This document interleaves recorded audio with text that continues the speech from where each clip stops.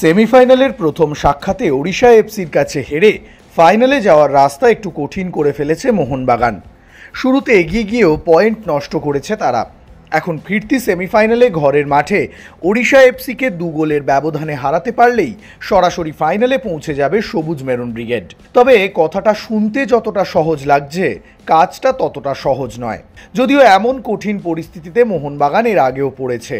চলতি আইএসএলের দ্বিতীয় লেগে লম্বা আন্তর্জাতিক বিরতি থেকে ফিরেই চেন্নাইয়ের বিরুদ্ধে হারতে হয়েছিল মোহনবাগানকে। ঠিক তেমনই লিগ জয়ের পর কয়েকদিনের বিরতি নিয়ে মাঠে ফিরতেই আবার হার। যখনই বিরতিতে গেছে দল, তখনই সমস্যার মধ্যে পড়তে হয়েছে তাদের। সেমিফাইনাল প্রথম লেগে হারের পর বেশ অনেকটা দেরিতেই সাংবাদিক সম্মেলনে আসেন বাগান কোচ। ফলে বোঝাই যায় হারের পরে ফুটবলারদের ভুল ত্রুটিগুলোই ধরিয়ে দিচ্ছিলেন হাবাস। ওড়িশা ম্যাচে দলের খেলায় তিনি যে একেবারেই খুশি নন, সে কথাও স্পষ্ট হয়ে যায় সাংবাদিক সম্মেলনের পর। চেন্নাই এফসির বিরুদ্ধে হারের পর লিগ জয়ের রাস্তাটাও সহজ ছিল না হাবাসের দলের জন্য। 3 ম্যাচে 3টেতেই জিততে হতো মোহনবাগানকে।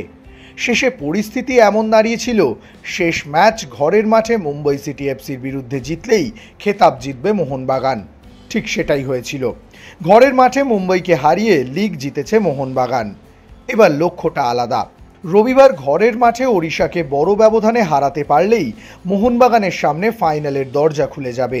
৬২,০০০ বাগান জনতার সামনে দিমিত্রিরা কি পারবেন আরও একবার বাজিমাত করতে? আবারও কি হাবাসের জাদু মন্ত্রে ঘুরে দাঁড়িয়ে এক মরশুমে ৩য় ট্রফি জয়ের লক্ষ্যে ফাইনালে উঠতে পারবে মোহনবাগান? সেটা অবশ্য সময়ই বলবে।